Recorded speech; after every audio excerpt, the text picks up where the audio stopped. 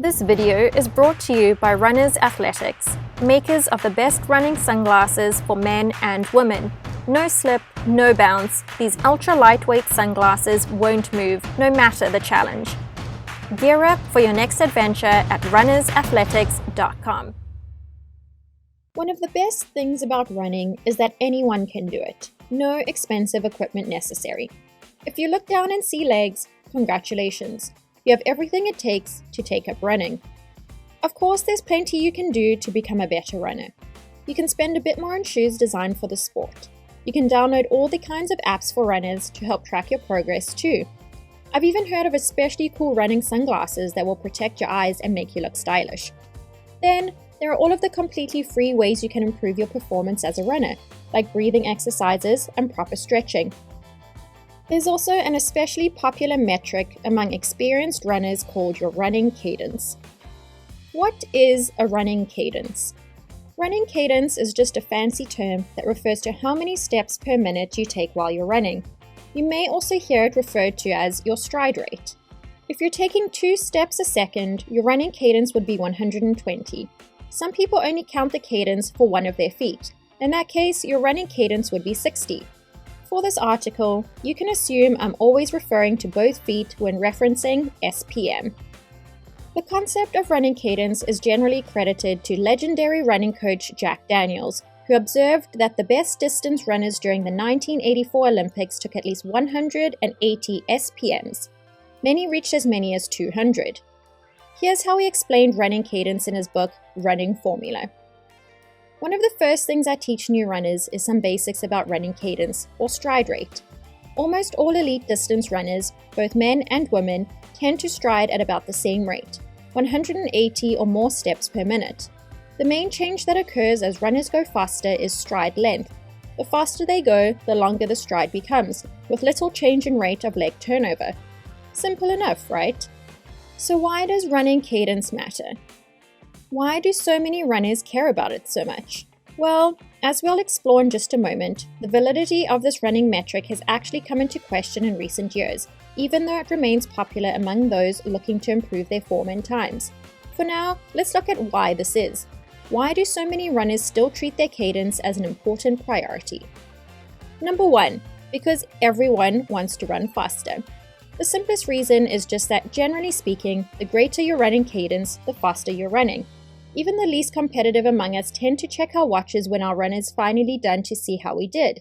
It's only natural to compete against your best time. If this sounds familiar, one of the easiest ways to improve your time is to improve your cadence. This might seem obvious. If you take more steps per second, you'll usually cover more ground in less time. I'll explain why this isn't always the case in just a moment. But this isn't the only benefit of increasing your cadence and thus limiting your foot's contact time with the ground. 2. Reducing your stride and risk of injury. Another is that it's a fantastic way to avoid injuries. Maybe you're not looking to break any records. Maybe you're just a casual runner. You might take on the occasional 5K or even a half marathon, but you're not only concerned with how fast you are. In that case, paying attention to your running cadence will still pay dividends as it can help you avoid injuries. Here's how active.com describes how paying attention to your cadence can keep you safe. A number of studies have suggested that a faster running cadence helps to adjust a runner's form and in turn may lead to fewer injuries. In a recent study published in Medicine and Science in Sports and Exercise, the biomechanics of step rate were analyzed. Researchers monitored 3-dimensional kinematics and kinetics in 45 healthy recreational runners and paid special attention to the hip, knee, and ankle joints. They found that slight increases in stride cadence led to significant reductions in loading on the knee and hip joints, which they hypothesized might help prevent some of the most prevalent running injuries. As I mentioned just a moment ago, improving your cadence can improve your overall speed, but that's not always the case. Many runners speed up their cadence but actually reduce their stride's length. They do this because by keeping their strides shorter, they are more likely to land on the front or middle of their feet, instead of stretching their legs in front of them and landing on their heels, which can result in injuries. Here's a conclusion from one of the many studies that have examined the effect of running cadence on injury prevention. Results suggest that strain magnitude plays a more important role in stress fracture development than the total number of loading cycles. Runners wishing to decrease their probability for tibial stress fracture may benefit from a 10% reduction in stride length.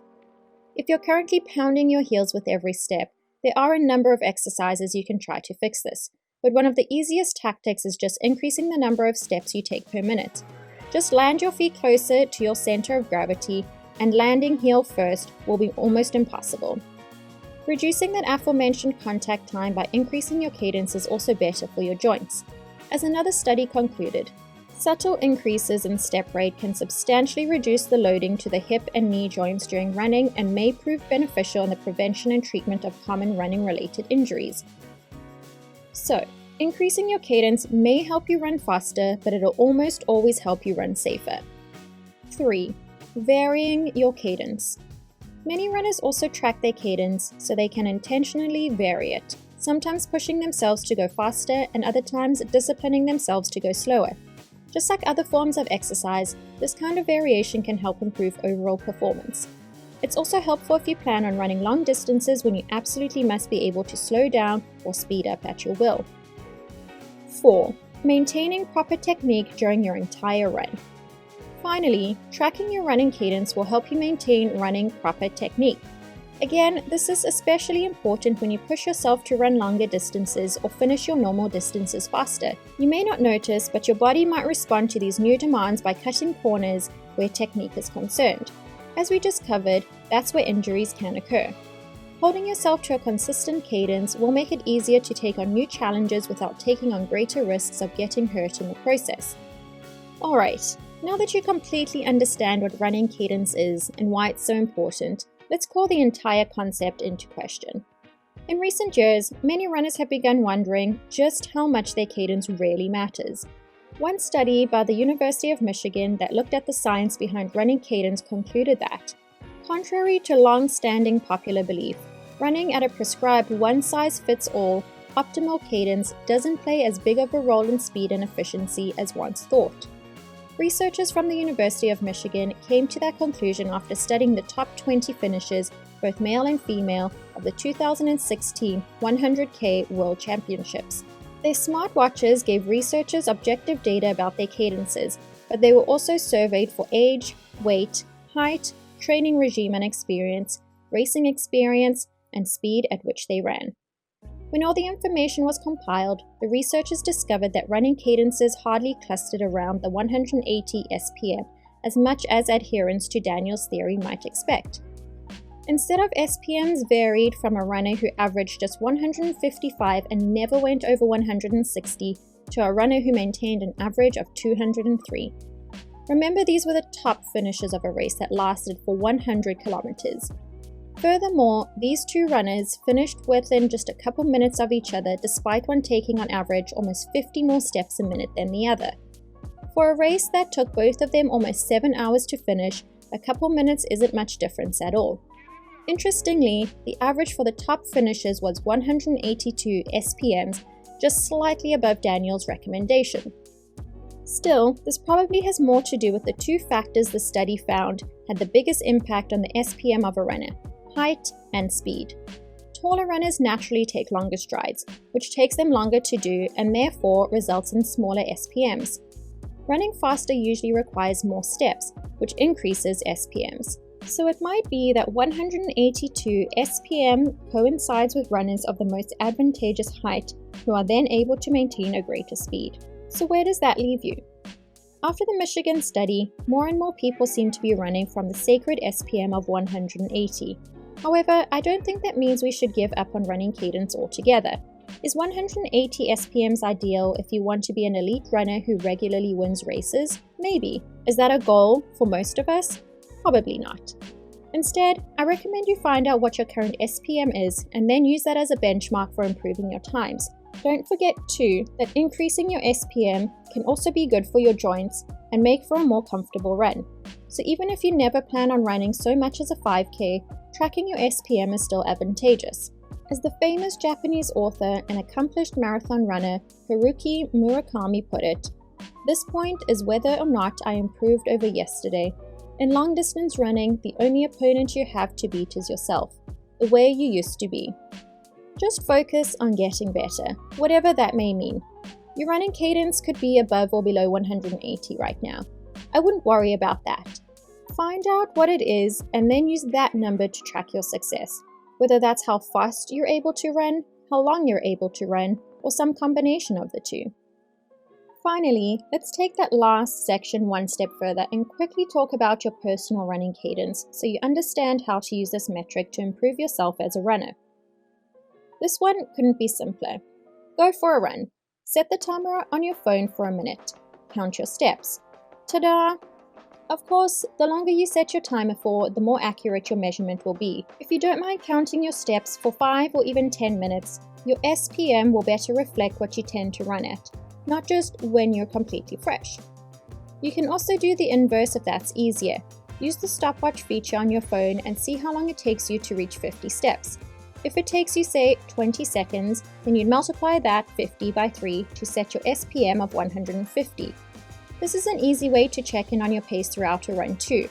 By using your stopwatch to take occasional measurements, you'll know if and when you start breaking down and can push yourself to maintain your pace. If you're looking for an even easier way to measure your personal SPM, try a cadence tracking app like Runzy. By monitoring your biometrics, it will automatically come up with your SPM, stride rate, stride impact, and more. There's no need for manual input on your end. So what is a good running cadence? Obviously, there's no objective answer here, but I would say that the best running cadence is one that lets you enjoy running without injury. Depending on your experience level, you may have a long ways to go before you reach your ideal cadence. For those of you who have been running for a long time, you may already be very close to that number. Whatever the case, my point is that you shouldn't treat 180 SPMs as if it's an objective goal you must hit as a runner. You should focus on pushing yourself to a higher number than what you're currently at. Most experts agree that a healthy goal SPM is 5% to 10% better than your current rate. So how can you increase your running cadence? First, you can simply try to push yourself to take more steps in a minute. If you know your SPM is 150 and you're shooting for a 10% increase to 165, turn your stopwatch on for a minute and try to consciously take more steps. Remember, you're not necessarily running faster, you're just trying to fit more steps in a minute. Then, check in with yourself during your runs to see if you're maintaining that pace. Second, you can use Runzy to keep yourself on pace. The Wahoo Fitness app is another popular option that will give you real-time feedback on your SPM too. Third, music is actually a very powerful way to increase your steps per minute. Many different studies on music and running cadence have led to the same conclusion. Imperceptible shifts in musical tempi in proportion to the runner's self-paced running tempo significantly increased running cadence. One old-school approach that incorporates these findings is to use a metronome. Set it to the steps per minute you want to hit and then step accordingly. Running apps like Run Tempo are probably a much better option though. Just set the beats per minute to whatever you want your SPM to be and get running. Best of all, it can run at the same time as your music, so you're not forced to endure the monotony of a metronome for your entire run. There are even some great running apps that will adjust the tempo of your favorite songs based on the SPM you want to hit. You won't hear any ticks from a metronome, just your favorite songs sped up to match your goal SPM. These apps get my personal recommendation. They not only make it easy to maintain your ideal SPM because you're listening to the beats throughout your run, you'll know exactly when you start having a hard time maintaining your steps. This will make it easier to adjust your training or may even show you that a more modest SPM is a better goal in the short term. If you love running as much as I do, all this talk about the topic has given you the undeniable urge to get outside, or at least on a treadmill, and start making tracks. So I'll wrap this up quickly. Running cadence does matter, even if you're your only competition. It's a great way to get more from your runs and keep yourself from getting sidelined because of an avoidable injury. Just be sure you're aiming for a reasonable SPM and being equally sensible about trying to reach it. So go on, get outside, and happy running.